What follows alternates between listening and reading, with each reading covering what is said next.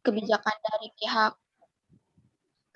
dari pihak PT Lapindo-nya tersebut itu apa, sama terus peran negara di sini itu gimana gitu kan. Di sini negara itu kan apa sih namanya, bisa mempergunakan kekuasaannya kan untuk kesejahteraan rakyat, sedangkan di sini kan otomatis kesejahteraan rakyat itu terganggu gitu.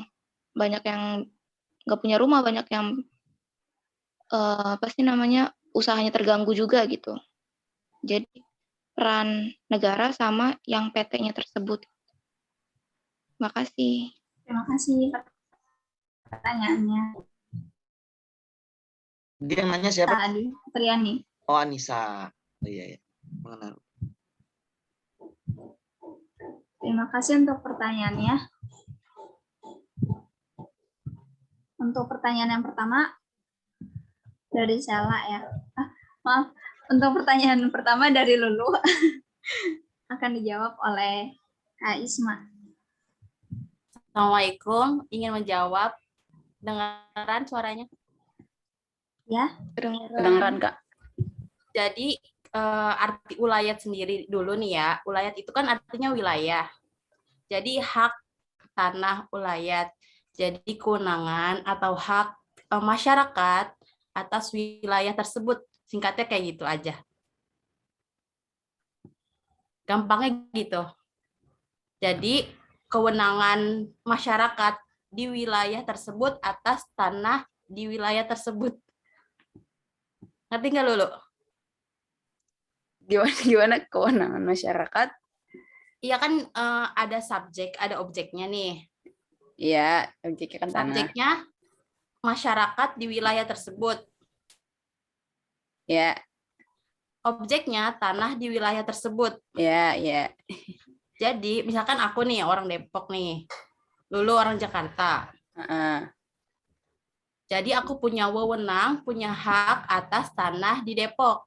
Lulu punya wewenang atas tanah di Jakarta gitu. Iya, Kewenangan gitu. Hak atau kewenangan gitu ya. Paham Lulu? Ya. Oke, makasih.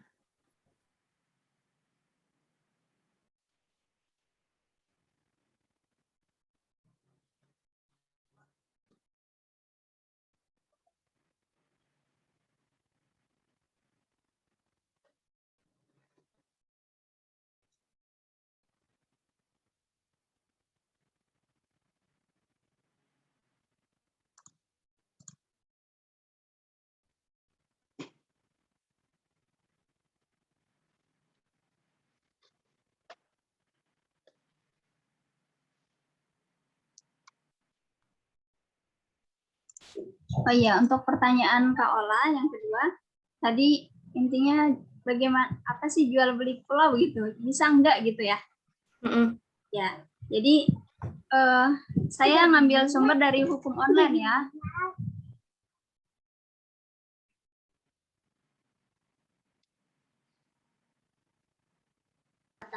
Nah, jadi saya ngambil sumbernya dari hukum online, jadi kayak gini. Pernah ada kasus juga terjadinya transaksi jual beli pulau di Lantigiang, Kabupaten Selayar, Sulawesi Selatan. Nah, ini bagaimana aturannya gitu kan? Jadi satu pulau itu kan paling sedikit 30% itu dikuasai langsung oleh negara, dan paling banyak 70% dari luas pulau dapat dimanfaatkan oleh pelaku usaha. Jadi sebenarnya mungkin pulau di sini tuh bukan satu pulau ini punya si ini, misalkan pulau ini punya si ini, tapi hanya memanfaatkan untuk apa ya? Untuk usahanya aja gitu. Jadi apa sih? Jadi di sini tuh nggak bisa jual beli pulau, bisa tuh kalau pulau di Indonesia diadakan jual beli, tapi nggak tahu juga sih. Bagaimana Bapak, tolong bantuannya. Ya, nanti kita review semua, yang penting diselesaikan aja dulu ya. Dan saya jawab sebisanya ya Pak. Iya, nggak apa-apa, nanti kita sama-sama belajar nanti. Ya, tapi di sini juga maaf saya mau baca tentang ini pasal 16 Undang-Undang Nomor 1 Tahun 2014 tentang pengelolaan wilayah pesisir dan pulau-pulau kecil. Nah, di situ ditegaskan bahwa setiap orang yang melakukan pemanfaatan ruang dari sebagian ruang perairan pesisir dan memanfaatkan sebagian pulau-pulau kecil secara menetap wajib memiliki izin lokasi. Nah, izin lokasi dasar pemberian izin pengelolaan begitu. Lalu gimana kasusnya dengan biasa kan kita tahu kayak ada yang pulau pribadi yang kayak gitu. Oh, iya. Sempat ada ya pulau pribadi ya? Iya. Oh, iya.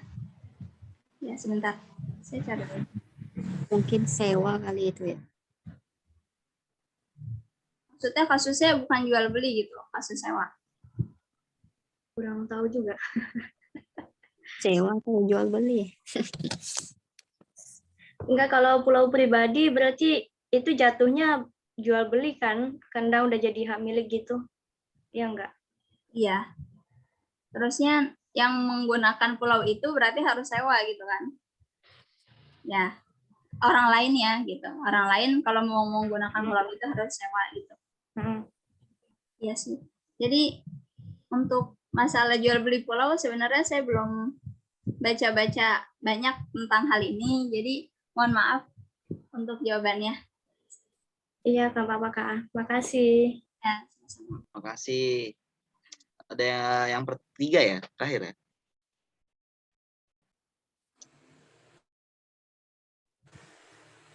Iya, pertanyaan Kak Anissa ya.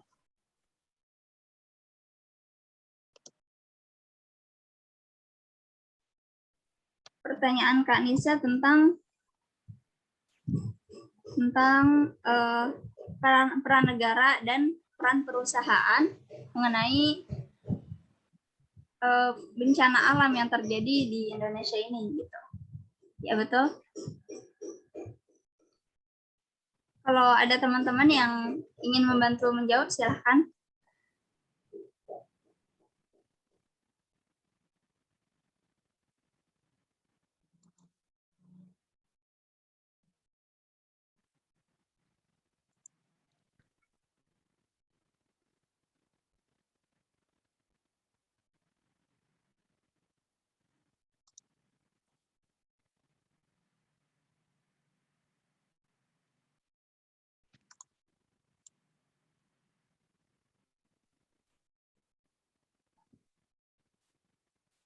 Kalau Kak Ica maaf izin menjawab tapi sedikit aja. Karena gini, apa ya, banyak banget kan bencana alam yang terjadi di Indonesia ini bukan hanya pas gunung apa tadi? Lapindo. Oh iya, lumpur Lapindo. Jadi peran negara sendiri mungkin waktu itu kan ada bantuan kan dari negara Indonesia sendiri gitu. Bantuan dari mana-mana itu ada semua kan, dan semuanya juga aman nggak sih? Itunya penduduknya direhabilitasi kan ke di mana apa namanya? Dipindahkan ke tempat yang lebih aman kan. Rehabilitasi sih maaf. Ya, dipindahkan ke tempat pengungsian kayak gitu.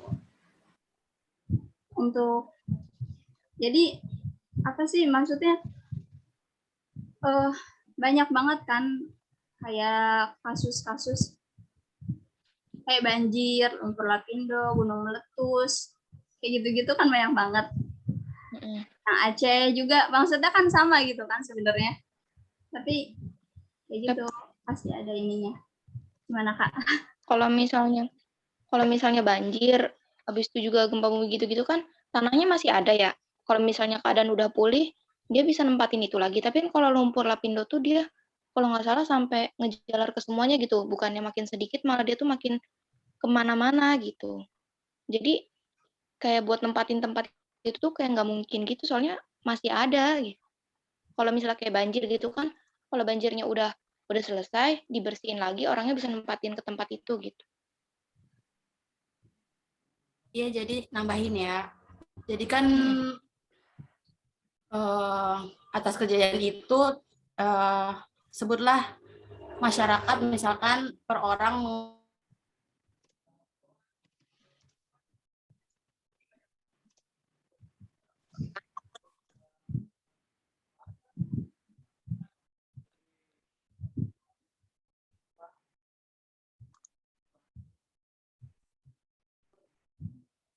Nggak ada suaranya ya? Jaringannya Pak, maaf. Oh, jaringannya. Iya, iya, iya.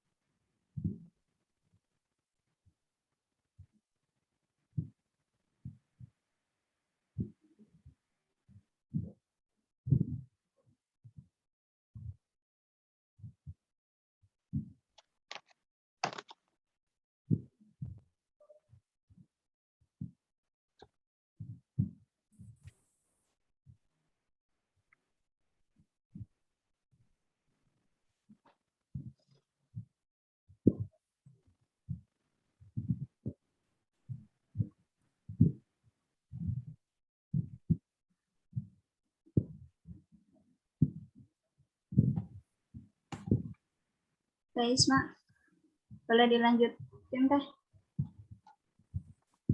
Iya, jadi kayak berita yang kita dengar dari dulu tuh, dari zaman kita kecil. Kayak contohnya, itu kan kayak desa ya.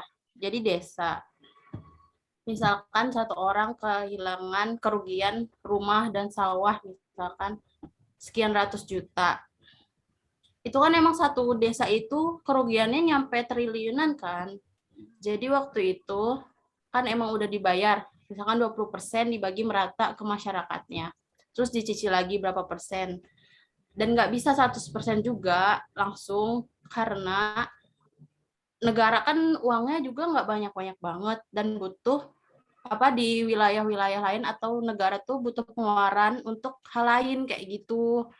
Jadi kalau misalkan yang pokok kewajibannya itu udah dicoba diusahakan untuk dibayarkan, tapi masalah wilayah yang hilang memang tidak bisa kembali kan. Misalkan kayak eh, sumber penghasilannya itu dari sawah, dari bertani, tapi akhirnya dibayar cash dengan uang, walaupun akhirnya jadi kayak putus gitu kan sumber penghasilan, tapi kan udah dibayar cash gitu sama negara kayak gitu.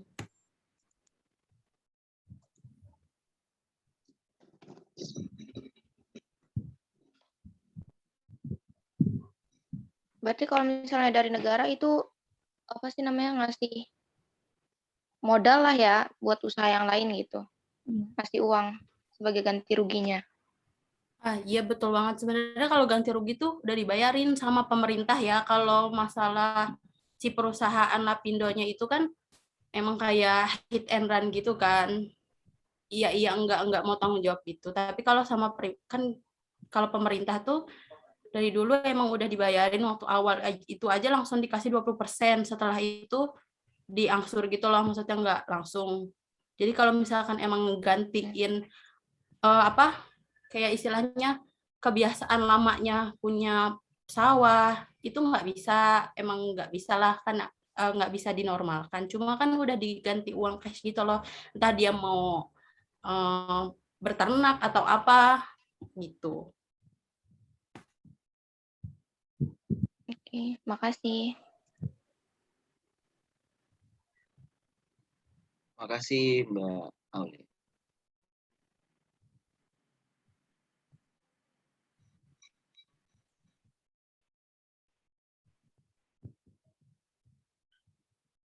Oke, sudah semua ya? Ya Pak, sudah.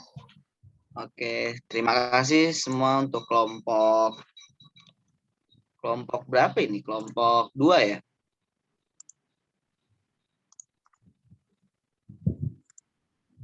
Kelompoknya sebentar.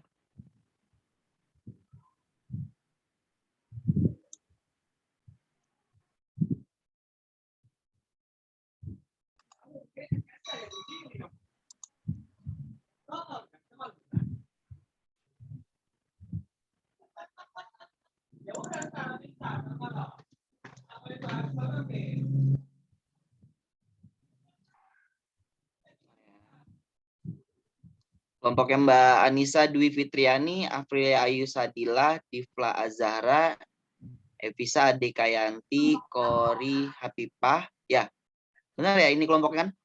Bukan Bapak. Bukan Pak. Ah, bukan. Ini Bukan Pak, itu kelompok 2 Pak. Hah? Kristi Monica, Testimoni. Laili Agustin, Ismaulia, Maratu Soliha, Pak. Nasria. Oh iya iya. Nadia Swari. Oh iya iya iya. Maaf. Oh, itu yang pertama ya. Iya Pak. Oke, ya sudah kalau begitu kita langsung mulai aja. Ya, selamat siang rekan-rekan semua. Kembali lagi kita belajar agraria ya. Tadi pembahasannya menarik dan pertanyaannya itu bagus karena secara tidak langsung berarti teman-teman semua memikirkan kejadian-kejadian atau fenomena-fenomena yang ada di Indonesia ya. Karena memang itu ya sudah menjadi berita zaman dulu ya, tapi wajib kita harus mengetahuinya gitu. Oke, yang pertama tadi hak ulayat. Jadi hak ulayat itu adalah tanah adat. Tadi yang dipertanyakan Mbak siapa nih? Mbak Lulu ya? Iya ya, ulayat ya? Ya Mbak Lulu ya? Iya Pak. Iya. Iya, jadi tanah adat, hak ulayat itu tanah adat yang sampai sekarang bahkan sebelum pemerintah Hindia Belanda itu mengakui hukum adat selama tidak bertentangan pada syarat formil atau undang-undang kita atau yuridis kita gitu. Jadi kalau tidak berdasarkan tidak bertentangan berdasarkan undang-undang maka itu memang harus dan hukum adat kita diakui oleh pemerintah kita sampai sekarang.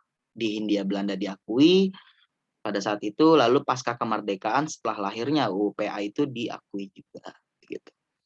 Dan hukum adat itu ya memang kita ini bangsa pluralisme ya. Karena kita banyak banget suku bangsa yang ada di Indonesia ini sehingga melahirkan hukum. Karena kenapa? Itulah yang namanya hukum. Hukum itu adalah peraturan yang lahir dari masyarakat untuk bermasyarakat. Jadi mereka itu punya kebiasaan-kebiasaan sendiri. Hukum itu lahir dari kebiasaan. Kalau kebiasaan hukum adat seperti itu dan dia mengklaim tanah itu tanah adat, berarti ada kepala suku dan masyarakat adat setempat yang memang diakui oleh pemerintah untuk mengelola tanahnya tersebut, gitu. Asal tidak bertentangan dengan undang-undang, gitu. Jadi hukum adat ini diakui oleh bangsa Indonesia. Ya contohnya kita hukum Baduy lah. Baduy itu kan mana adat ya, ada badut pedalaman itu kan yang mereka nggak punya lampu gitu kan di daerah-daerah Banten ke sana itu. Nah, itu memang diakui begitu loh karena memang pluralisme kita. Tapi tetap ya kita Bhinneka Tunggal Ika, berbeda-beda tapi satu tujuan. Itulah yang direncanakan Undang-Undang Dasar kita gitu. Gitu sesuai berdasarkan Pancasila kita. Itu ya hak ulayat tadi ya. Gimana itu Mbak Lulu ya? Jelas? Apakah yang ditanyain ya?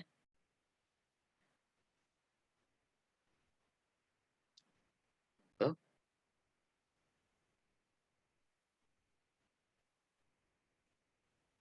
Oke ya, itu ya hak ulayat itu ya. Lalu masuk ke pertanyaan dari Mbak Ola, Kepulauan Pulau Seribu. Jadi Kepulauan Pulau Seribu itu bisa dimiliki ya. Syaratnya apa? Ya syaratnya itu tadi ada 30% dikelola oleh negara ya. Sisanya itu adalah pembelian terhadap WNI. Jadi kalau warga asing tidak boleh memiliki pulau gitu. Ada yang memang dijual sebagian karena Indonesia butuh. Jadi tanah itu awalnya dikelola oleh negara, pulau-pulau itu. Lalu dijuallah ke perorangan atau badan hukum. Dijual atau ini bukan bahasa dijual, kalau dijual berarti itu dimiliki. Itu ada tapi itu sangat jarang gitu loh. Kalau yang biasa beredar di Kepulauan Seribu ada yang namanya pulau apa itu, ada itu punya Surya Paloh segala macam. Itu mereka pakai hak pakai sama HGB dan HGU gitu loh. Jadi mereka jadi hak pakai itu dari pemerintah, lalu dikelola tanahnya ya, mau dibangunkan apa seperti itu. Nah, jadilah sangka milik pribadi, dan memang bisa juga dimiliki pribadi asal syaratnya itu ya itu tadi WNI, tidak boleh warga asing segala macam, dan jual belinya diatur oleh BPN, Badan Pertanahan Nasional, melalui Kementerian Kelautan Indonesia. Jadi mereka adalah prosedurnya itu dari Kementerian Perikanan, Kementerian Kelautan, lalu melewati PPAT Kementerian Lautan itu hanya teritorial lautnya saja. Lalu untuk kepulauannya itu berdasarkan BPN setempat. Misalnya ada di Pulau Seribu, berarti kan di BPN di Jakarta ya. Seperti itu. Jadi memang jual beli itu zaman kita itu memang ada, dan sampai sekarang itu ya, kalau sekarang sih kayaknya sudah nggak ada ya, karena memang kepulauan itu wajib dikelola oleh negara gitu loh. Memang kalau dianggap pulau pribadi, kayak di Lampung itu ada pulau pribadi punya siapa saya nggak tahu orangnya, dan itu memang udah lama dan dikelola sebagai apa? Sebagai wisata. Kalau sudah sebagai wisata berarti itu adalah korporasi. Korporasi kalau sudah berbicara tentang badan hukum atau sebutnya korporasi, berarti ada 3 pihak. Antara dua pihak, antara korporasi atau perusahaan, yang kedua adanya pejabat Pemda yang terkait gitu.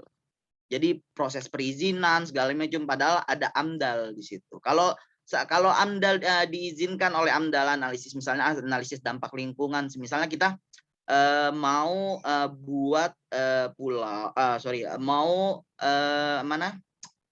kita mau bangun wisata pulau itu. Setelah kita pakai, misalnya kita pakai hak pakai HGB, HGU misalnya, itu bisa, tapi kita harus dapat izin dari AMDAL dulu. Misalnya kalau AMDALnya tidak mengizinkan, apa itu AMDAL?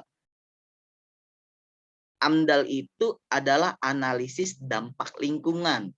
Kalau jadi pemerintahan itu ada AMDAL. Jadi AMDAL itu untuk mencegah, sebetulnya mencegah bila mana terdampak lingkungan gitu loh. Jadi sebelum terjadi begitu loh. Tapi kalau diizinkan oleh AMDAL berarti AMDAL mengeluarkan bahwa tempat wisata itu misalnya tidak dipengaruhi hal-hal yang berbau kimia begitu, misalnya kayak semen masuk ke pantai atau ke lautnya gitu, jadi sehingga ikan-ikan mati gitu, atau ada kimia-kimia lain. Nah itu bisa. Tapi kalau hal-hal yang berbau dengan ada ada minyak gas, itu masuk ke Undang-Undang Minerba. Kalau Undang-Undang Minerba itu ada, jadi dalam lebih spesifiknya kalian bisa pelajari lagi di Undang-Undang Minerba, dan itu diatur. Nah, gitu.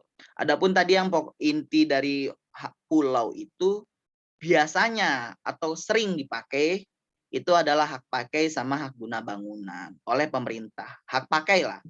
Hak pakai itu perizinannya itu sampai batas waktu 25 tahun. Bisa diperpanjang nggak? Bisa. Nanti ketentuannya itu ada di setelah UAS. Nanti kalian bisa belajar sama Ibu Siti Widya. Saya hanya membahas tentang hak-hak pengelolaan. Jadi ini apa bagi dua ya gitu.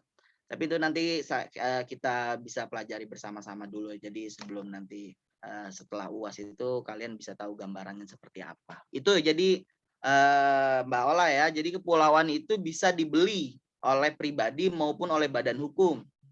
Begitu. Dan selama tidak bertentangan dengan persyaratan-persyaratan yang tadi. Syaratnya itu WNI, WNA itu nggak bisa gitu loh. Dan ada 30% dan itu adalah pajak-pajak, ada PPHTB-nya segala macam. Itu memang harus dipenuhi semuanya gitu loh. Oleh siapa? Jadi nanti badan hukum atau perorangan itu ya urusannya oleh negara nanti setelah perjanjian jual beli atau perjanjian hak pakai, HGB segala macam gitu. Gitu. Intinya bisa dikelola. Artinya selama tidak bertentangan oleh Undang-Undang Dasar 1945 bahwa kepentingan itu untuk bermasyarakat, keadilan ya. Begitu untuk masyarakat. Jadi untuk fungsi sosial, untuk bangun wisata kah. Jadi untuk misalnya biar pariwisata Indonesia ini makin maju selain di Bali gitu. Jadi kan ini kan di luar negeri kan taunya Bali gitu kan. Ya bisa misalnya di Lampung ini biar seperti kayak Bali gitu. Jadi dilakukanlah pengolahan wisata itu bisa begitu ya. Itu yang boleh ya. Jadi itu bisa dibeli ya. Ya, Gimana? Pak. Ada tanggapan lain? Kalau misalkan pulau pribadinya itu benar-benar untuk sendiri aja gitu, Pak, dibolehin nggak ya kira-kira sama pemerintah? Misal kalau untuk sendiri aja bisa aja. Jadi dulu ada pemerintah kita namanya ya Megawati Soekarno Putri lah. Beliau itu adalah presiden setelah Gus Dur ya, dari wakil ke presiden. Beliau ada isunya untuk menjual pulau, tapi saya nggak tahu pulaunya pulau apa. Tapi nanti saudara bisa cek sendiri itu. Nah itu bisa jual pulau. Jadi gini, kadangkala pemerintah kita ini tidak selalu mengikuti apa yang harusnya kewajiban mereka untuk menerapkan atau pelaksana undang-undang gitu. Mereka seharusnya pelaksana undang-undang untuk menanam atau menjaga kepulauan-kepulauan kita itu. Tapi pada dasarnya ada oknum di sana untuk ya untuk kesejahteraan mereka sendiri. Jadi mereka ya udahlah jual tanahnya aja gitu, jual pulauannya aja gitu. Itu bisa aja gitu loh. Gitu. Jadi ada oknum-oknum lah begitu. Intinya kalau sekarang itu susah untuk karena negara juga udah nggak perlu amat gitu loh keuangan untuk hak milik. Karena itu balik lagi. Jadi tanah yang kepulauan-kepulauan itu kebanyakan dari mereka itu adalah dikuasai negara. Negara itu adalah berhak untuk menguasai. Ada di hierarki undang-undang itu setelah bangsa Indonesia ya. Ada kan negara berhak. Negara menguasai tanah. Jadi itu dikelola. Ya kalau misalnya dibeli ya bisa aja asal mampu gitu loh. Siapa? Perorangannya atau badan hukumnya gitu loh. Dan itu harus keterangannya jelas kalau sekarang. Kalau dulu itu permainan oknum aja gitu loh. Ya kalian bisa cari contohnya sendiri gitu loh. Mana pulau-pulau yang dibeli?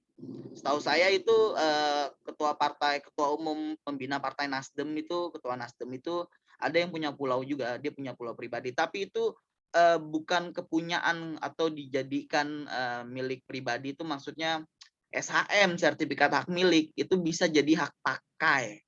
Jadi selama ini kita harus bedakan dulu hak milik, hak pakai, hak guna bangunan, hak guna usaha. Itu semua mekanismenya berbeda.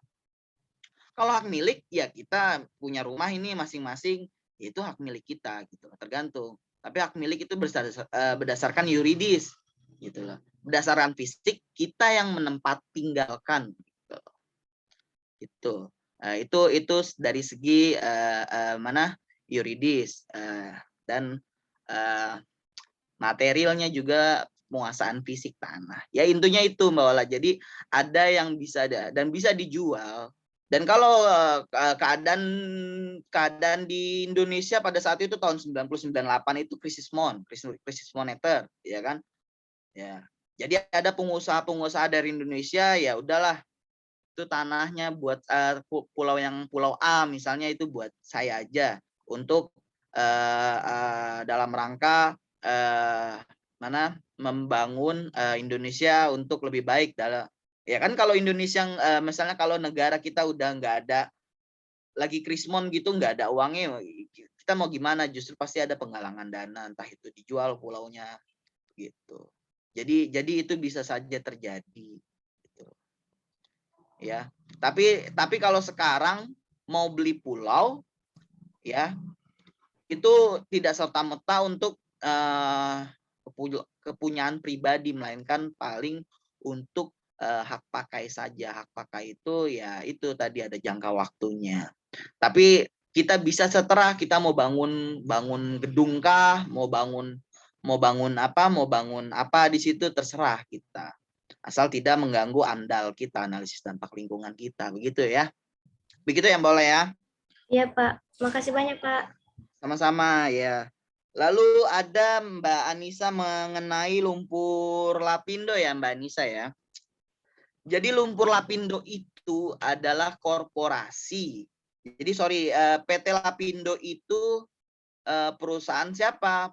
Itu sebetulnya bukan dari pemerintah ya. Pada saat itu di zaman Susilo Bambang Yudhoyono ya. Susilo Bambang Yudhoyono bukan? Pada saat lumpur lapindo ya. Benar. Ya. Iya, Nah, pada zaman SBY itu ada partai namanya Partai Golkar yang diketuai oleh Abu Rizal Bakri ya. Lapindo itu punya Abu Rizal Bakri perusahaannya gitu loh. Jadi Lapindo itu awalnya itu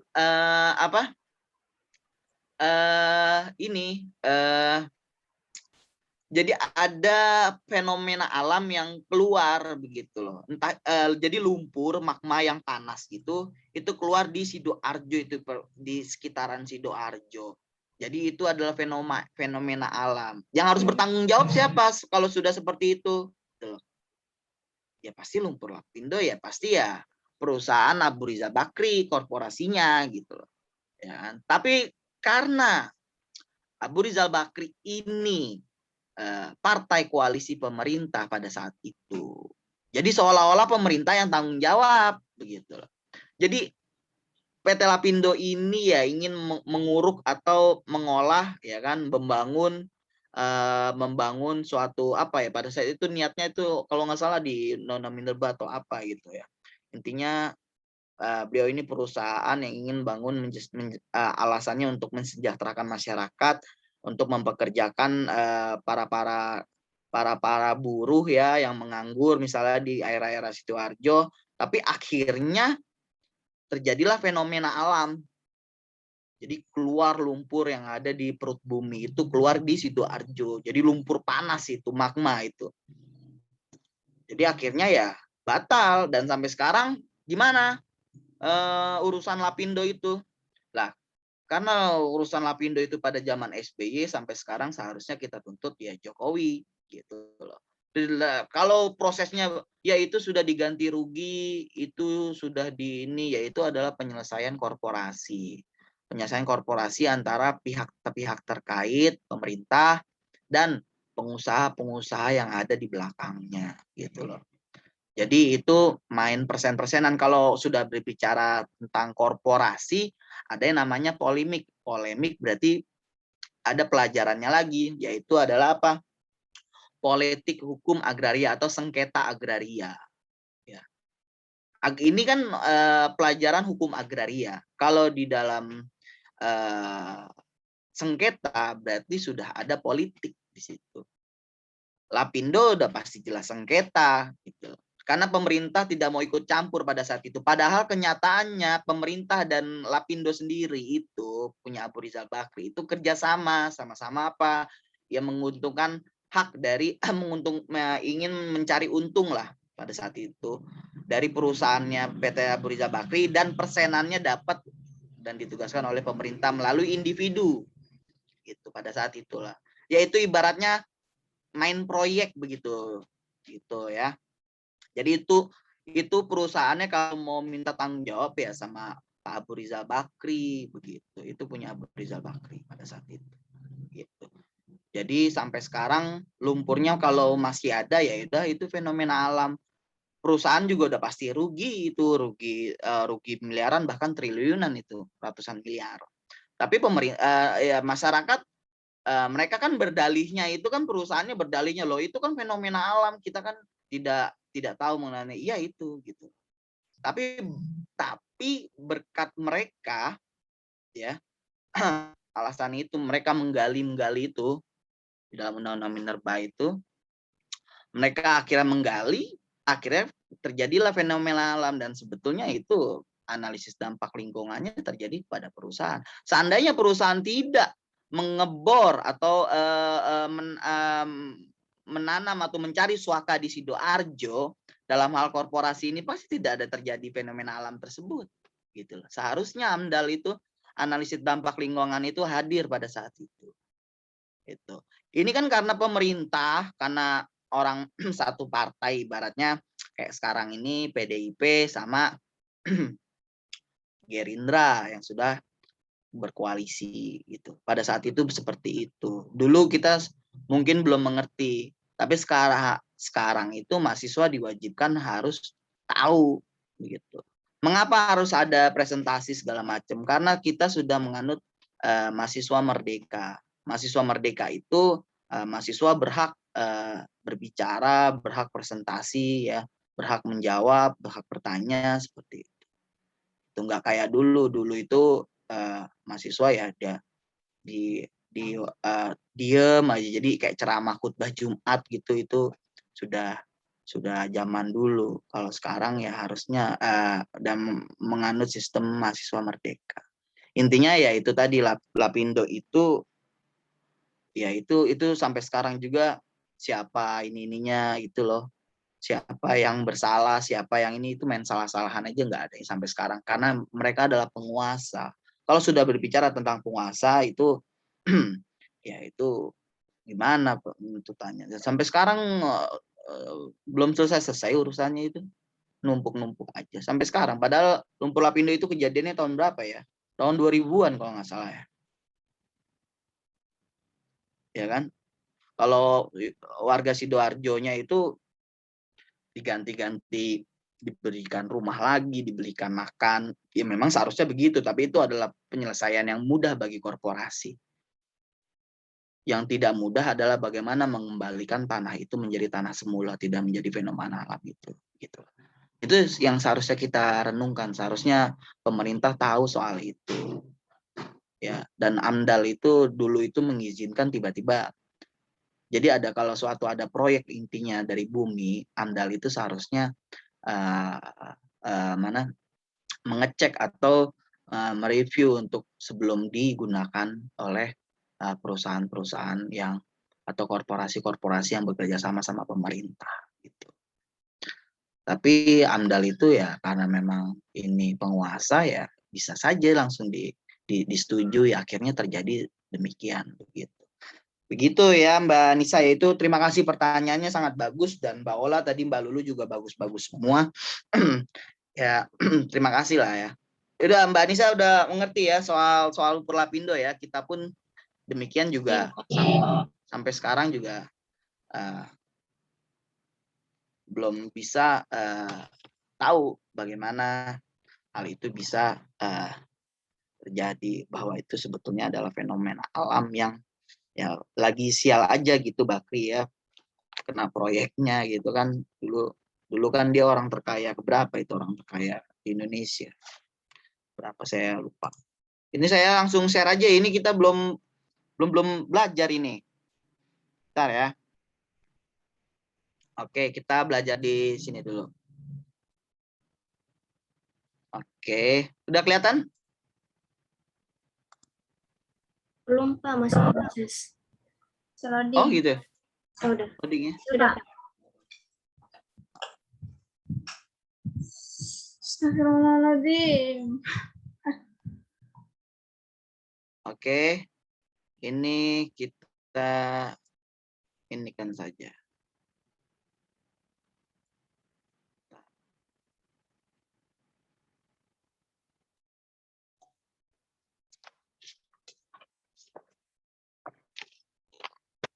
Oke, tanah itu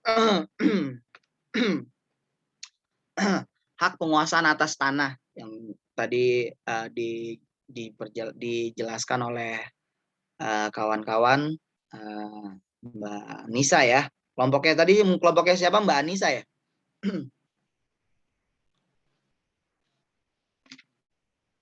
Kelompoknya siapa tadi? Kristi Monica Pak.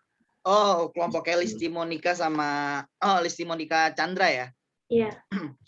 Oke, hak penguasaan tanah, pengertian. Jadi hak penguasaan atas tanah itu ya dibagi-bagi ya.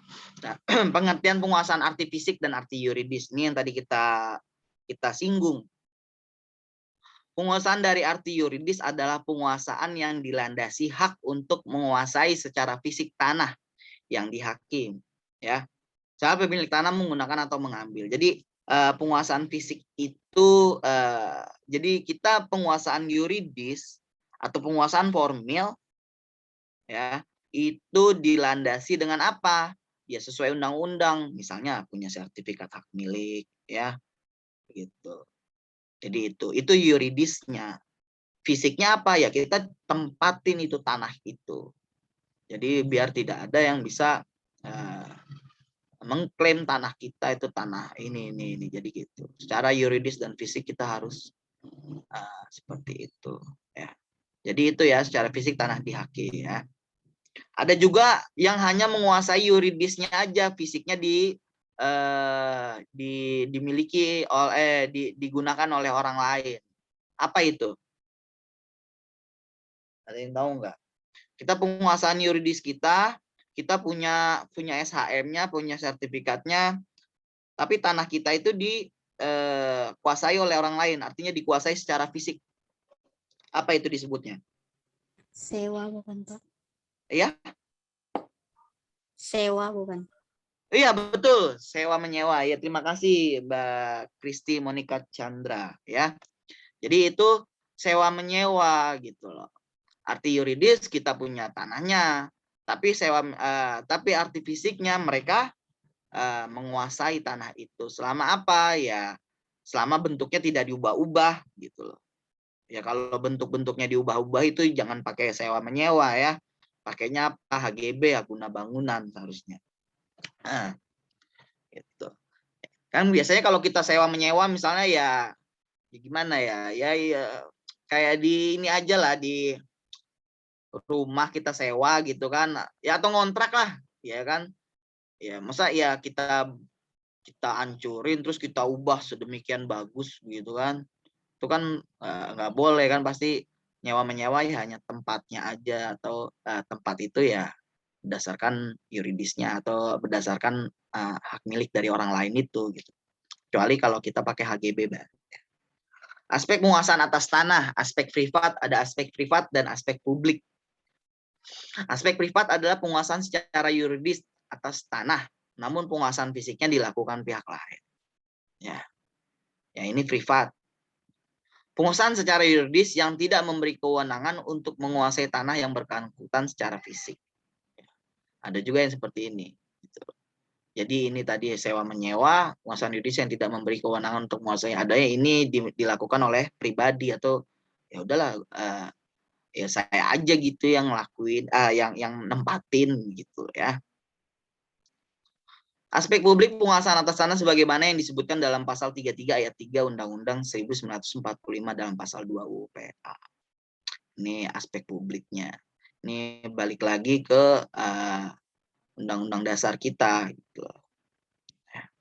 Hak penguasaan tanah berisi serangkaian wewenang, kewajiban, larangan bagi pemegang haknya untuk berbuat sesuatu mengenai tanah yang dihaki. dimiliki. Nah, inilah sebetulnya yang misalnya apa kewajiban hak milik, apa itu wewenang hak milik, HGB, hak pakai, hak guna bangunan, hak guna usaha, segala macam.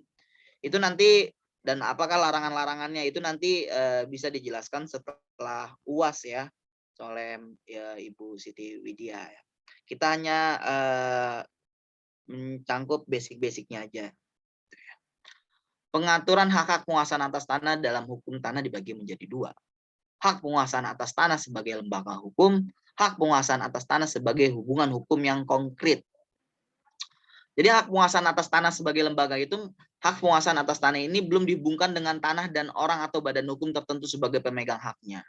Jadi hak penguasaan atas tanah sebagai lembaga hukum, jadi kamu punya tanah, ya kamu nikmatin tanpa ada hubungan hukum oleh orang lain gitu loh. Hubungan orang lain tuh maksudnya apa sih? Ya itu tadi, disewakan.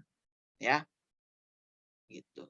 Ini hak penguasaan atas tanah sebagai lembaga hukum. Jadi kawan-kawan semua jika punya rumah itu tidak dikontrakin kah, pokoknya dinikmatin sendiri dan berkeluarga, itu lembaga hukumnya begitu. Jadi contohnya begitu. Tidak ada orang lain yang ikut campur atau ikut andil dalam menikmati tanah itu atau bangunan itu. Gitu. Beda halnya dengan konkret. Kalau sudah konkret berarti sudah berhubungan dengan pihak lain atau badan hukum. Jadi kita kayak sewa menyewa, hak pakai, HGB begitu. Ya. Itu sudah berhubungan hukum, artinya lembaga hukum yang konkret, dan itu sebagai pelaksana ya negara berhak menentukan undang-undangnya demikian. Jadi undang-undang sudah ditentukan oleh pelaksana yaitu negara yang dan pihak lain, pihak pihak sepemilik selaku pemilik, lalu ada orang lain atau badan hukum selaku yang menyewa atau memakai tanah atau bangunan itu. Begitu. Ya. Ketentuan-ketentuan penguasaan atas tanah itu memberikan nama pada hak penguasaan yang bersangkutan, menetapkan isi, yaitu mengatur apa saja yang boleh, wajib, dan dilarangan untuk dibuat oleh pemegang haknya serta jangka waktu penguasaannya. Jadi ini adalah perjanjiannya ya. Ini menetapkan isinya, yaitu mengatur apa saja yang boleh, yang wajib, dan dilarang untuk diperbuat oleh pemegang haknya serta jangka waktu penguasaannya. Ya. Dan ini ada ketentuannya nih, misalnya kayak jangka waktu penguasaannya ya, misalnya sewa menyewa setahun. Ya kalau hak pakai 25 tahun, HGB berapa? 30 tahun. Hak guna usaha berapa? Sekian itu nanti ada ketentuannya yang nanti dijelaskan lebih rinci oleh Ibu Siti Widya ya. Yang C ini mengatur hal-hal mengenai subjeknya, siapa yang boleh menjadi pemegang haknya dan syarat-syarat bagi penguasaannya. Jadi subjek hukumnya, jadi manusianya. Ini masuk lagi ke 1320 KUH Perdata, dan syarat-syarat hak milik itu harus apa? Misalnya harus WNI, tidak boleh orang asing, ya, gitu loh. Dan mengatur hal-hal mengenai tanahnya, gitu loh. Ya. Nah, ini hak penguasaan tanah yang sebagai hubungan konkret. Nah, ini tadi yang saya bahas itu loh. Jadi hak penguasaan tanah ini, kalau kita sudah berhubungan dengan orang lain atau badan hukum, maka itu menjadi hubungan hukum yang konkret. Jadi terikat seperti itu loh. Hak penguasaan tanah ini sudah dihubungkan dengan tanah tertentu sebagai objeknya dan orang atau badan hukum tertentu sebagai subjek atau pemegang haknya. Gitu. Tentu kita sebagai pemegang haknya, yaitu hak milik. Lalu ada orang lain atau badan hukum yang memegang objeknya, penguasaan fisiknya secara material. Ketentuan hak atas tanah mengatur hal-hal mengenai penciptaannya menjadi suatu hubungan hukum yang konkret dengan nama atau sebutan hak penguasaan atas tanah tertentu, mengatur hal-hal mengenai pembebanannya dengan hak-hak lain, mengatur hal-hal mengenai pemindahannya kepada pihak lain, mengatur hal-hal mengenai hapusnya, lalu dia mengatur hal-hal mengenai pembuktiannya, seperti itu. Ya, ini ketentuannya. Nah, ini kita kalau sudah masuk hierarki, berarti kita sini dulu sebentar. Ini stop ya. Kita ini. Nah, ini hierarkinya. Kelihatan nggak, teman-teman? Hierarki hak penguasaan atas tanah. Kelihatan, Pak. Ya, tadi itu ya. Jadi lembaga lembaga hukum itu yang kita punyai dan yang kita belum hubungkan kepada orang lain gitu loh. Tapi kalau sudah berhubungan dengan orang lain, disebutnya hukum konkret seperti itu. Karena pasti ada tuang dalam perjanjian gitu. Objeknya dimiliki orang lain, tapi secara yuridis dimiliki tanahnya oleh kita. Nah, itu ya, hierarki hak penguasaan atas tanah. Ada hierarkinya begitu loh. Yang tadi dijelaskan oleh kelompoknya Mbak Kristia Monica Chandra, ya, itu hierarki hak penguasaan atas tanah yang kita bahas. Jadi tadi juga disinggung juga sebelum era kemerdekaan segala macam, ya itu bagus karena memang zaman dulu juga intinya agraria itu selalu dikait-kaitkan oleh zaman Hindia Belanda karena selama ini kita masih pakai undang-undang hukum perdata BW dan undang-undang pidana milik Belanda. Jadi selalu berkaitan mereka. Dan ada serapan, ada konversi. Disebutnya konversi dari agendum jadi hak milik, ya. Hak erpats demikian jadi hak jaminan seperti itu ya. Itu adalah konversinya. Ini hierarki hak penguasaan atas tanah. Hak bangsa Indonesia UPA, hak menguasai negara yang tadi ya, ini ya, hak menguasai negara pasal 2 UPA, hak ulayat masyarakat hukum adat, hak perorangan atas tanah. Ini kelihatan nggak? Kayaknya saya harus gedein ya, lupa saya. Kelihatan, Pak. Kelihatan, Pak, segitu. Oh gitu. Digedein aja kali ya, diginin aja Pak, apa nggak usah? Boleh. Diginin aja ya. Lebih. Oke, ya ini ya hierarkinya hak penguasaan atas tanah. Dia dibacain. Hak bangsa Indonesia yaitu disebutkan dalam pasal 1 UPA sebagai penguasaan atas tanah yang tertinggi. Ya, beraspek publik dan perdata. Hak dan hubungan hak tersebut bersifat abadi antara bangsa Indonesia dengan tanah di seluruh wilayah Indonesia dan subjeknya bangsa Indonesia. Jadi pasal 1 UPA itu mengajarkan kita atau mengingatkan kita bahwa urusan tanah itu sudah harus yang dimiliki oleh bangsa Indonesia. Jadi tanah yang ada di teritorial Indonesia wajib gitu loh. Masyarakat Indonesia untuk menikmati tanah-tanahnya itu. Gitu. Dan itu bersifat abadi. Hubungannya tuh subjeknya itu orang Indonesia. Objeknya ya tanah Indonesia. Itu adalah hak kita untuk menikmati tanah-tanah yang ada di Indonesia. Itu hak kita. Gitu. Makanya yang kemarin saya bahas ya, itu kalau hak milik itu bisa dimiliki oleh orang lain enggak gitu. Selama 18 tahun, kalau 20 tahun kalau kita mentelantarkannya. Nanti kita bahas ya. Nah, tadi yang kalau nggak salah saya ngebahas itu kan, saya ada Mbak Rifda waktu itu saya bilang hak milik bisa diakui oleh pemiliknya kalau ditelantarkan ya pada saat itu ya. Iya, Pak, benar. Ya udah nanti kita bahas ya. Ini dulu. Sifat-sifat hak bangsa Indonesia tanah, sifat komunalistik. Artinya semua tanah yang ada di wilayah negara RI merupakan tanah bersama rakyat Indonesia. Sifat religiusnya artinya seluruh tanah yang ada dalam wilayah negara RI merupakan karunia Tuhan yang Maha Esa. Ya. Ini ada pasal 1 ayat 2 UPA ya.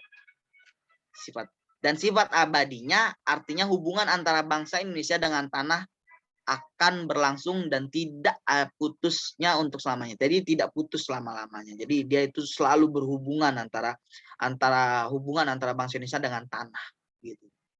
Sifat religius ya berarti semua tanah yang ada di dalam wilayah negeri merupakan karunia Tuhan yang Maha Esa. Sifat komunalistik artinya semua tanah yang ada di wilayah negara RI merupakan tanah bersama rakyat Indonesia. Jadi itu semua sudah digandrungi oleh WNI warga negara Indonesia gitu ya. Hak menguasai negara atas tanah. Hak menguasai dari negara yang disebutkan dalam pasal 2 UU PA yang beraspek publik, negara sebagai organisasi kekuasaan tertinggi dari seluruh rakyat melaksanakan tugas untuk memimpin dan mengatur kewenangan bangsa Indonesia. Melalui hak ini negara akan mengendalikan atau mengarahkan fungsi bumi, air dan ruang angkasa sesuai dengan kebijaksanaannya pemerintah. Dalam hal ini tidak sebagai menjadi pemegang hak, melainkan sebagai badan penguasaan yang mempunyai hak-hak. Hak-haknya apa? Satu, mengatur dan menyelenggarakan tadi ya peruntukan, penggunaan dan pemeliharaan, menentukan dan mengatur hak-hak yang dapat dipunyai. Jadi ini beda oleh domain pay clearing. Ya, seharusnya gitu loh. Beda karena apa? Domain pay clearing itu tanah itu punya pemilik pemerintah Hindia Belanda. Ada atau tidaknya secara yuridis atau secara formil itu negara Hindia Belanda pasti bakal menang di pengadilannya pada saat itu. Tapi enggak, ini hak menguasai negara atas tanah mengatur. Jadi mereka ini sebagai pelaksana dari undang-undang gitu loh. Jadi mereka sudah mengatur, oh iya nih, oh kalian mau perjanjian sewa menyewa, oh ini ya, ini undang-undangnya. Oh ya, kalian mau beli tanah, oh ya, yaudah ini seperti itu. Jadi mereka ini mengatur dan sebagai pelaksana. Jadi ya, itu peran negara dalam bangsa Indonesia gitu. Jadi negara itu nomor 2, nomor 1 hak bangsa Indonesia, itu hierarkinya. Ya. Mengatur dan menyelenggarakan peruntukan, penggunaan dan pemeliharaan, menentukan dan mengatur hak-hak yang dapat dipunyai oleh subjek hukum tanah, ya. Jadi negara itu mengatur. Kalau dulu zaman domain pay clearing itu pemerintah Hindia Belanda sudah mengatur, menguasai tanah itu gitu loh. Beda ya, mengatur dan menguasai beda. Kalau menguasai tanah berarti semua tanah seluruh Indonesia itu dimiliki oleh pemerintah Hindia Belanda pada saat itu. Jadi pemerintahan Hindia Belanda berhak menikmati tanah itu atas dasar kepentingan kolonial, atas dasar kepentingan korporasi pada saat itu, atas dasar kepentingan VOC, atas dasar kepentingan company waktu pada saat itu. Makanya disebutnya company itu perusahaan, company gitu kan, company yang dipersenjatai, perusahaan yang dipersenjatai, seperti itu. Menentukan dan mengatur hak yang dapat dipunyai oleh subjek hukum, mengatur hubungan hukum antara orang-orang dan perbuatan hukum yang mengenai tanah. Nah, ini jadi sudah diatur oleh pemerintah, ya kita sebagai mereka sebagai pelaksana, ya kita sebagai subjeknya, objeknya apa, yaitu itu ada perjanjian-perjanjiannya. Dan kalau sudah melalui perjanjian, itu semua perjanjian itu tidak lepas dari perjanjian, yaitu pasal syarat sah perjanjian 1320 KUH Perdata, ya. Tuh. Hak ulayat masyarakat hukum adat ya yang tadi ditanyakan oleh siapa itu Mbak apa tadi lupa saya ya. Tadi Mbak Lulu ya. Nah, itu hak ulayat masyarakat hukum adat adalah serangkaian wewenang dan kewajiban suatu masyarakat hukum adat yang berhubungan dengan tanah yang terletak dalam lingkungan di wilayahnya. Gitu. Diatur dalam pasal 3 UU PA. Jadi hukum masyarakat hukum adat ini masih diakui oleh Indonesia. Karena kita bangsa pluralisme selalu ada gitu loh. Suku Palembang sama suku Padang itu beda atau sama? Dari segi penerapan atau nikahnya itu beda apa sama? Beda, Pak. Beda. Lalu ada Padang dengan Jawa. Dari segi logatnya beda apa sama? Beda. Beda. Jowo kalau udah ketemu orang Sumatera, yang satu nadanya agak tinggi, yang satu enggeng-enggeng, ya kan? Nah, itu kan beda gitu. Jadi itulah kita ini pluralismenya gitu loh. Tapi tetap kita ini satu bangsa, satu negara, dan satu tujuan, Bhinneka Tunggal Ika kita, gitu loh. Hak melayat masyarakat hukum adat atas rangkaian wewenang. Dan karena hukum adat ini dianggap agak penting, makanya mereka ini pemerintah Hindia Belanda dan setelah kemerdekaan itu masyarakat hukum adat karena banyak di pelosok-pelosok atau di sekitar daerah itu masih diakui, gitu. Sampai sekarang ya. Hak melayat masyarakat hukum adat dinyatakan masih, ya kan, apabila ada 3 unsur, yaitu masih adanya suatu kelompok yang sebagai warga suatu persekutuan hukum adat tertentu yang merupakan suatu masyarakat hukum adat, ya. Masih adanya wilayah yang merupakan apa itu? Ya, mana itu tadi? Oh, ini. Masih ada suatu kelompok ya orang sebagai warga dan persekutuan hukum adat tertentu yang merupakan suatu masyarakat hukum adat. Masih ada wilayahnya merupakan ulayat masyarakat hukum adat tersebut yang didasari sebagai tanah kepunyaan bersama para warganya. Nanti kalau misalnya ada yang bertanya ini kan aja ya. Kita ini sambil jalan soalnya waktunya udah tinggal segini ya. Masih adanya penguasaan adat yang pada kenyataannya dan diakui oleh masyarakat hukum adat yang bersangkutan. Hak atas tanah itu hak penguasaan atas tanah yang memberikan wewenang bagi subjeknya. Hak atas tanah dapat menjadi hak primer, hak sekunder. Primer yaitu hak atas tanah yang bersumber dari hak bangsa Indonesia dan diberikan oleh negara dengan cara memperoleh melalui permohonan hak. Jenis hak tanah tersebut adalah hak milik, hak guna bangunan, ya. Itu ininya apa namanya? Apa itu hak milik? Hak milik adalah hak turun temurun. Hak turun temurun terkuat dan terpenuhi yang dapat dipunyai orang atas tanah dengan mengingat ketentuan pasal 6. Gitu loh. Jadi terkuat maksudnya hak milik tidak mudah hapus atau musnah. Terkuat itu dalam artinya demikian. Ya. Hak guna bangunan. Hak guna bangunan itu apa? Hak guna bangunan itu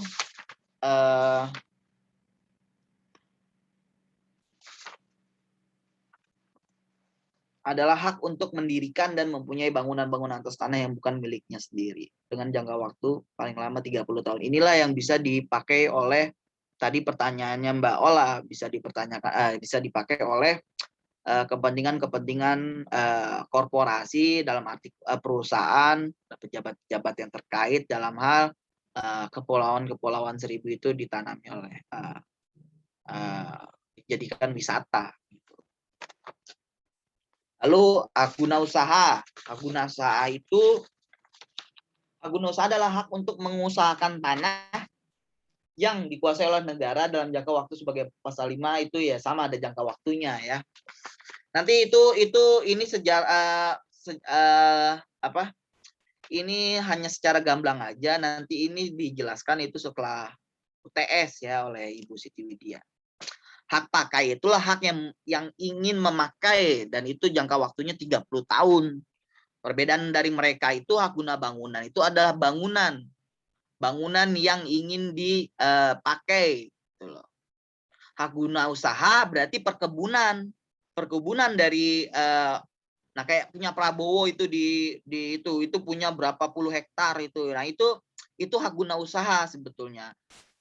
Kalau udah hak guna usaha, hak guna bangunan, hak pakai, jika pemerintah ingin menguasai atau ingin mengambil tanah itu, hak guna bangunan itu, hak guna usaha itu, atau hak pakai, maka saat itu pula perjanjiannya walaupun tidak sampai, maksudnya tidak sampai jangka waktu yang ditentukan, maka hak guna bangunan, hak guna usaha, dan hak pakai itu yang awalnya dari perjanjian pemerintah itu dikembalikan lagi oleh pemerintah.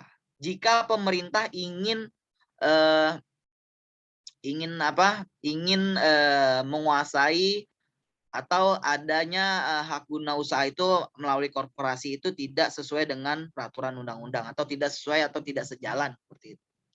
Jadi hak guna bangunan, hak guna usaha dan hak pakai itu bisa langsung diambil oleh pemerintah gitu. Maksudnya diambil haknya oleh pemerintah dan dikembalikan lagi oleh pemerintah. Seperti itu.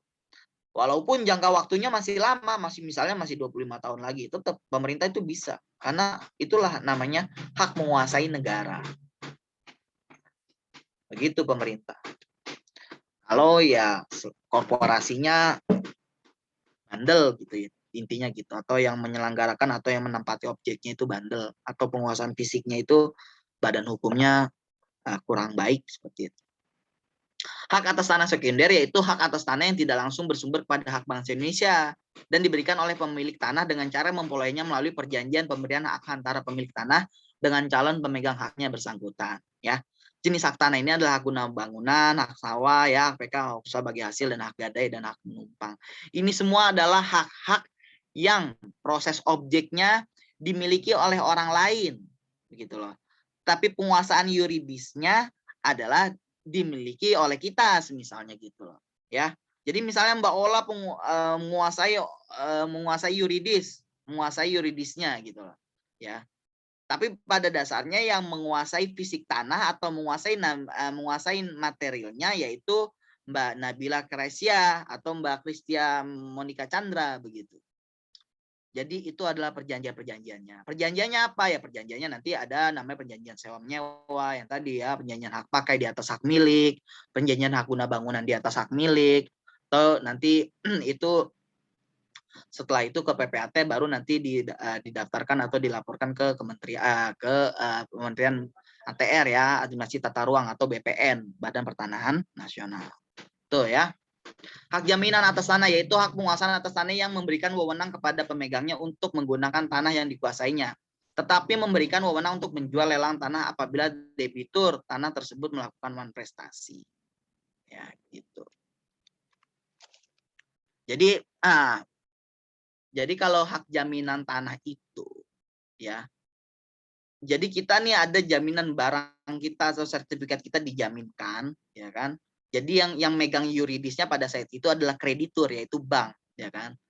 Ya. Hak penguasaan atas tanah yang diberikan wewenang kepada pemegangnya untuk menggunakan tanah, ya. Jadi yang menguasai objeknya itu kita, tapi yang menguasai yuridisnya pada saat itu kreditur karena kita ada bebankan hak tanggungan misalnya kayak minjem uang segala macam ya kita sekolahin lah ibarat bahasanya itu sertifikatnya. Namun juga dan apabila wan prestasi maka tanah itu langsung dijual oleh bank. Kalau misalnya kita wan prestasi itu misalnya apa itu wan prestasi? Wan prestasi itu adalah mengingkari janji atau mengingkari hal-hal yang tidak sesuai dengan aturan yang diperjanjikan itu wan prestasi seperti itu. Jadi wan prestasi itu ya melakukan hal-hal yang hoax pada perjanjian. Seharusnya jatuh tempo pembayaran tapi pihak debitur kita ini misalnya melakukan wan prestasi. Maka menurut ketentuan yang diperjanjikan bank itu ya bisa dan mempunyai kekuatan eksekutorial itu untuk menguasai tanah itu dengan melelangnya kalau kita nggak bayar wan prestasi. Jenis hak tanah yang dibebankan dengan jaminan hak atas tanah itu hak tanggungan yaitu hak milik, hak guna usaha, hak pakai dan atas tanah negara. Itu. Hak tanggungan itu apa? Hak tanggungan adalah hak jaminan yang dibebankan hak atas tanah sebagaimana dimaksudkan berikut atau tidak berikut benda-benda lain merupakan kesatuan dengan tanah. Jadi kita bisa jaminkan ke hak tanggungan itu yaitu apa? Yang berkaitan dengan tanah, ya misalnya sertifikat tanah, ya itu bisa dijaminkan atau bangunan rumah gitu atau tanahnya itu sendiri atau AJB-nya atau giriknya begitu. Jadi itu yang dijaminkan adalah benda-benda yang tidak bergerak yang mengenai hal tanah. Gitu. Kalau mobil, motor itu kemana? Ya kalau itu dijaminkannya menjadi jaminan fidusia. Gitu. Jadi kalau hak tanggungan ini berkaitan dengan tanah, jaminan fidusia itu berkaitan dengan benda-benda bergerak kayak mobil, motor, segala macam. Itu bisa digadai. Biasanya kan ada yang digade-gadein gitu kan. Nah itu pakai perjanjian jaminan fidusia. Kalau ada perjanjian tambahan namanya apa? Itu namanya adalah perjanjian aksesorir dalam jaminan fidusia. Gitu. Belajar jaminan fidusia nggak kita?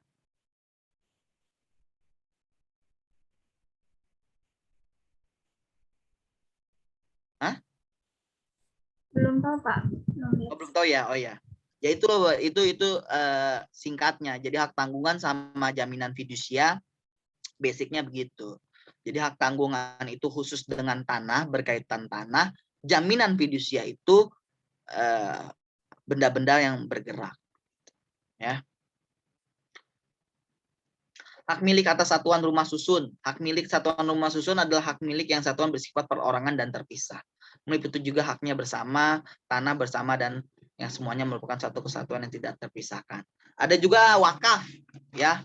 Hak milik ini maksudnya hak milik itu tanah itu dipetak-petakin gitu loh. Itu punya kita, tapi bisa menjadi harta bersama. Jadi kayak rumah susun itu kan ada yang hak milik, tapi terbagi-bagi kan. Banyak orang yang punya tanah hak milik begitu. Tapi itu tanah itu bersama, dan tanah bersama merupakan satu kesatuan yang tidak terpisahkan dengan satuan yang bersangkutan. Jadi itu ya merupakan ya harusnya menjadi saudara lah rumah susun itu ya, karena itu berdekat-dekatan gitu. Ya jangan mengganggu fungsi sosialnya. Kita tidak boleh mengganggu hal-hal lain, misalnya memberi kericuhan, karena itu di dalam satu rumah susun itu kan dempet-dempetan, bahkan temboknya aja menyatu begitu ya. Walaupun kita mempunyai hak milik, tapi kan hak miliknya cuma hanya sepetak dua petak gitu. Selebihnya kan itu punya orang lain gitu ya. Wakaf. Ada juga wakaf. Wakaf tanah itu tanah hak milik adalah hak penguasaan atas tanah hak milik yang pemiliknya itu seseorang atau badan hukum dipisahkan oleh harta kekayaannya untuk melembagakannya untuk selama-lamanya guna kepentingan peribadatan atau keperluan umum lainnya sesuai dengan ajaran Islam. Jadi tanah wakaf itu biasanya itu dipakai misalnya buat jalan. Kayak misalnya di jalan kampung hutan sini nih yang UIN, dekat UIN, itu tanahnya dulu tanah punya orang Betawi. Tapi demi kepentingan bermasyarakat, daripada nanti misalnya anak cucunya memakai tanah itu buat rumah, ya lebih baik diwakafkan. Jadi tanah pribadi diwakafkan menjadi tanah untuk kesejahteraan atau fungsi sosial lain gitu. Itu wakaf. Sama halnya ya tanah-tanah atau masjid lah. Masjid itu tanahnya bukan tanah pribadi, tanahnya tanah wakaf. Ya, jadi untuk keperibadatan, untuk kepentingan umat lah seperti itu. Jadi udah bisa nggak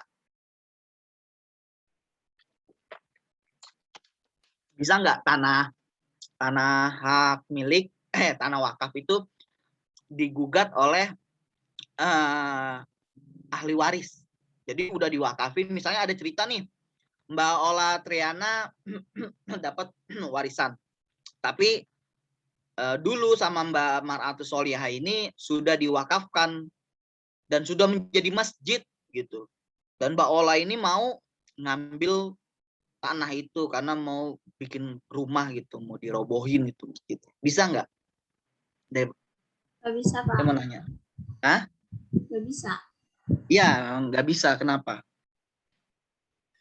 Karena sudah diwakafin untuk milik umum. Ya, oke. Itu benar. Jadi intinya kalau sudah dimiliki oleh umum dan sudah diwakafkan, itu tidak bisa diambil kembali, sudah tidak ditarik lagi. Gitu. Kalau sudah tidak bisa ditarik lagi, ya sudah. Berarti itu kan oleh sang pemilik pada saat itu kan niatnya untuk kepentingan peribadatan dan melembagakannya untuk selama-lamanya. Jadi say goodbye oleh rumah hak milik yang tadinya hak milik menjadi hak wakaf itu. Gitu, tidak boleh. Jadi ahli waris juga harusnya mengetahui hal itu gitu. Itu tidak boleh ya. Gitu. Jadi itu ya, ini ada pembahasan unik ya. Ini coba teman-teman ditolong dibahas ya. Ini ada waktu itu saya tanya oleh Mbak mana? Mbak saya bentar. Ini ya. Nah ini penguasaan fisik dapat menimbulkan hak baru. Pendaftaran hak tanah didasarkan pada bukti formil dan bukti material. Ya, kelihatan ya? Kelihatan nggak? Kelihatan Pak. Kelihatan Pak. Surat digolongkan. Ini kalau ada yang mau bertanya silakan ya. Surat digolongkan sebagai bukti formil, namun bukti surat saja tidak sepenuhnya kuat membuktikan atas hak tanah. Untuk sempurnaan hak ke tanah, ya, memenuhi bukti material merupakan menguasai fisik tanah. Perlu diperhatikan, pemegang surat hak tanpa menguasai fisik tanah selama bertahun-tahun, secara hukum haknya dapat gugur karena status tanah menjadi tanah terlantar. Hak milik itu, hapusnya hak milik itu salah satunya tanah terlantar, ya, atau kebakaran. Itu hapus ya. Nah, itu sebagai salah satu penyebab hapusnya hak tanah. Sedangkan seseorang menguasai fisik tanah selama bertahun-tahun dan secara terus-menerus dengan beretikat baik dapat menyampaikan permohonan untuk diberikan hak baru atas tanah tersebut. Ya, ini jurisprudensinya. Pasal 24 tentang pendaftaran tanah menegaskan seseorang yang menguasai fisik tanah selama kurun waktu 20 tahun secara terus-menerus dapat mendaftarkan diri sebagai pemegang hak atas tanah tersebut. Dalam hal ini tidak ada lagi sedia secara lengkap alat-alat pembuktian. Pembukuan hak dapat dilakukan berdasarkan kenyataan penguasaan fisik tanah yang bersangkutan selama 20 tahun atau lebih secara berturut-turut oleh pemohon. Pendaftaran dan pendahuluan-pendahuluannya dengan syarat satu, penguasaan tersebut dilakukan dengan etikat baik dan secara terbuka oleh bersangkutan sebagai yang berhak atas tanah. Jadi itu diputuskannya untuk yang menguasai fisik, padahal yang menguasai formilnya atau menguasai yuridisnya yang waktu itu Mbak Rifda gitu loh, pada saat itu yang minggu kemarin. Maksud penguasaan fisik secara tingkat baik dan terbuka adalah penguasaan fisik yang tidak didasari oleh tipu daya. Asal yang menguasai fisik ini benar-benar memang nggak bohong bahwa ya dia menguasai 20 tahun selama 20 tahun gitu loh. Ya. Nah, ini ulasannya gitu loh. Nah, ini jurisprudensinya itu. Jurisprudensi Mahkamah Agung. Kalau sudah jurisprudensi berarti ada perkara ya yang dijurisprudensikan pada saat itu yang mengenai hal ini begitu loh. Ya. Yang mereka telah membiarkan berlalu sampai tidak kurang waktu dari 20 tahun. Semasa hidupnya Daeng Patuput tersebut suatu masa yang cukup lama sehingga mereka dapat dianggap telah meninggalkan haknya yang mungkin atas hak sawah sengketa, sedangkan tergugat pembanding dapat dianggap telah memperoleh hak milik atas sawah sengketa. Ya, ini adalah jurisprudensinya gitu loh. Jadi jurisprudensi itu adalah perkara-perkara yang sebelumnya sengketa-sengketa sebelumnya yang berkaitan dengan ini penguasaan fisik gitu loh ya. Ini kalau misalnya kalian mau cari putusannya itu bisa cari aja putusannya di MA ya, putusan Mahkamah Agung ya, coba cari aja, ini ada nomornya. Kalau kalian kepo dengan hal itu, padahal saya juga nggak setuju juga kalau misalnya hak milik itu bisa, padahal hak milik itu kan yang tadi saya sebutkan itu adalah terkuat itu maksudnya turun temurun ya kan, nggak bisa diganggu gugat gitu loh, hak milik gitu loh. Masa iya kita tinggal 20 tahun, kita tinggalkan 20 tahun tanah kita ya, belum ada bangunannya, tanah kita gitu tiba-tiba dikuasai oleh orang kita nggak tahu, kita balik lagi ke 25 tahun misalnya, 25 tahun itu lah kok udah ada tanah orang padahal ini tanah, nah begitu ya. Nah, ini putusan zaman dahulu seperti ini gitu. Orang-orang yang memberikan saja menjadi haknya selama 18 tahun dikuasai oleh orang lain dianggap telah melepaskan hak atas tanah gitu. Jadi Mbak Ola atau Mbak Amaratus Solia punya hak milik ya, sertifikasi hak milik, tapi Mbak selama 20 tahun atau 25 tahun itu nggak tempatin itu, tanahnya masih kosong, tiba-tiba ada yang nguasain gitu kan. Dan tetangga-tetangga itu taunya sama kepala desa taunya orang yang menguasain fisiknya itu bukan Mbak Ola atau Mbak Maraatus Soleha gitu. Jadi ini harus dikaji lagi sebetulnya. Ini harus dikaji lagi tentang bagaimana mekanismenya. Iya, kalau zaman sekarang yang nggak mungkin ada yang kayak gitu, itu jarang banget ya. Kalau zaman sekarang nggak ada. Zaman dulu itu begitu. Jadi tanah-tanah yang ya mungkin saja ahli warisnya sudah nggak ada, pewarisnya udah meninggal, ahli warisnya nggak ada. Akibatnya apa?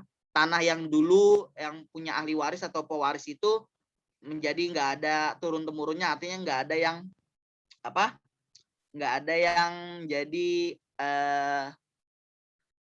warisan ya, artinya tanah itu nganggur begitu aja. Tiba-tiba ada orang yang memang tinggal di situ lalu menjadi haknya, hak baru dan didaftarkan di BPN menjadi itu. Nah, itu bisa zaman dulu tuh bisa. Tapi kalau sekarang ya nggak bisa lah, ini udah susah ya. Tapi coba kalian diskusikan kalau lagi rehat, lagi apa, coba ini karena ini penting ya. Kaidah hukum dari jurisprudensi di atas muatkan posisi hukum tindakan penguasaan fisik selama bertahun-tahun dapat disimpulkan pemegang hak yang tidak menguasai fisik selama bertahun-tahun dianggap telah meninggalkan haknya.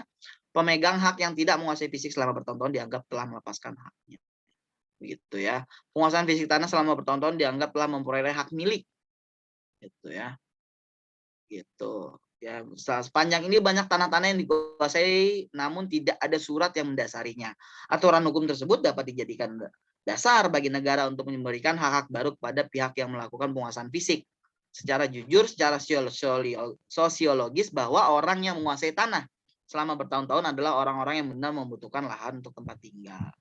Semakin hari kebutuhan tanah semakin terbatas sehingga hukum memandang kedudukan tanah secara tingkat baik harus dilindungi oleh hukum.